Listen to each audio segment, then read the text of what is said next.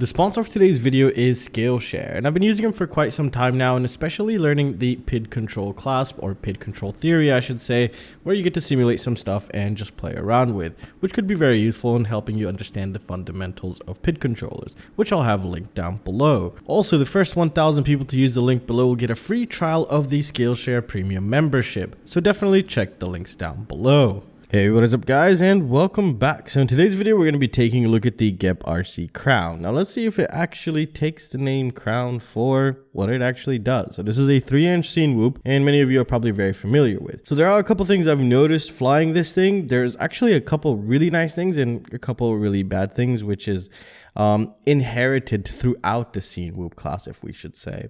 So one thing, which as we can already tell, is already broke one of those plastic pieces. And the thing is with this is it was not a hard crash at all. It was really not a hard crash.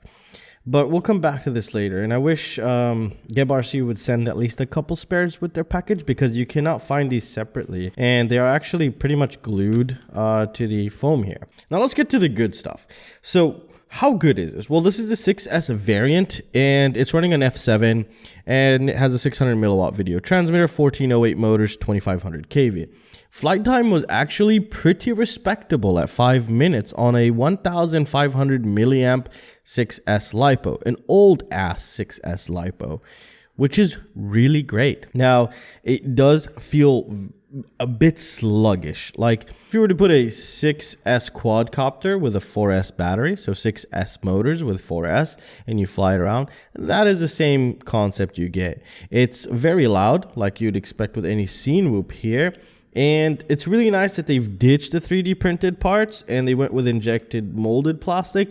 But there has to be a better solution than this, because almost every single one I've ever gotten, whether 3D printed or injection, usually tends to break. The only best one, I think, in terms of a frame design of a Cinewhoop nature would probably be the Flywheel Chaser. However, that one is an absolute nightmare to work with, as in putting it all together, because what it does is it gets rid of these, as I remember, and what it does is you have carbon fiber little thin pieces that go here, go here, go here, and go here. Kind of like the camera plates. You know how they are just on the side?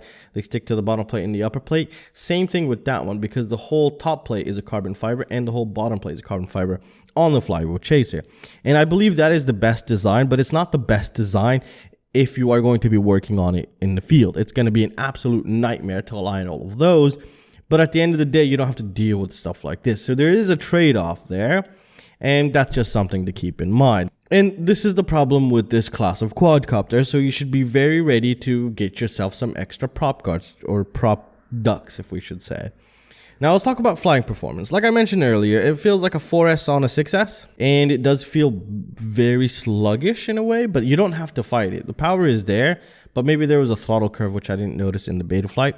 It was pretty smooth. Wind resistance was, I think, somewhat decent. It wasn't as windy of a day as usual, especially now that the weather is actually clearing up, which is really nice. And overall, for a Cinewhoop class type quadcopter, what I would actually give this, it would have gotten an 8.5 out of 10, but I would give it a 7.5 out of 10 because of this, because it wasn't a really hard crash, and that kind of really did upset me right here.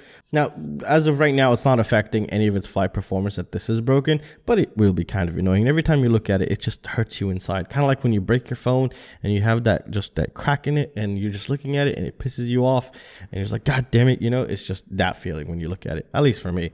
Now, let's talk about the components used. The components used are very good. So if you ever break this quadcopter, the internals are actually really great internals. You have the GepRC Span F722 HD in here, and you also have the D-Shot 600 BL Heli S ESC, which is rated up to 45 amps, and a 600 milliwatt VTX, which I think is pretty decent. Hakcrc Ratel V2, I would personally probably choose another camera. It's not my favorite, but it's not bad, and it gets the job done better than our old ass cameras, what we used to have back then. And if we look at the bottom frame, so there are a couple things which I again didn't really like. For example, let's just start with the screws here. So when you remove the screws, there's this little spacer on these little green spacers. So if you're in the field, you are very likely to lose those.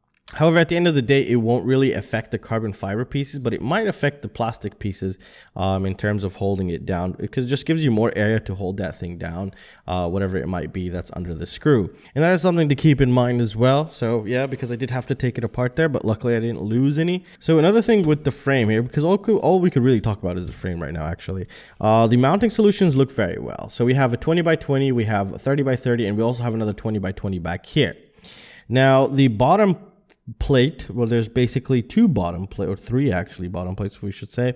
We have the main bottom plate, as you can tell, and this portrays into one bottom plate, which is this side here, and then we have the other side here. So, and the foam here is partially glued. So from the top, you could see I could actually remove it here, but on the bottom, you could see the glue line, and you can't really do that from the bottom here. So it is somewhat glued, but you could easily take it off if you needed to. But I don't know how the spares are, because I did look for a spare duct here I couldn't find, but I guarantee you if you just write GepRC, they'll send you one somehow, but they'll probably send you one side or something, since they are glued, and I don't think they would send these plastic pieces, which is something I kind of really don't like that they've done, to be honest. But yeah, that just comes back to whatever it is. Now also, again, I forgot to mention that we also have a 20x20 mounting solution up top, and this is if you're going to be mounting Caddx Vista, so you could have it suspended away from the flight controller or vice versa, whatever you would like to do there. The overall execution, very clean, something to be expected from GepRC. Hardware, absolutely beautiful for taking it apart and putting it back in, as in not stripping. That's what I mean by hardware. Motors were actually quite interesting as well. One motor kept getting hotter than the rest for some reason, which I think was the back one here.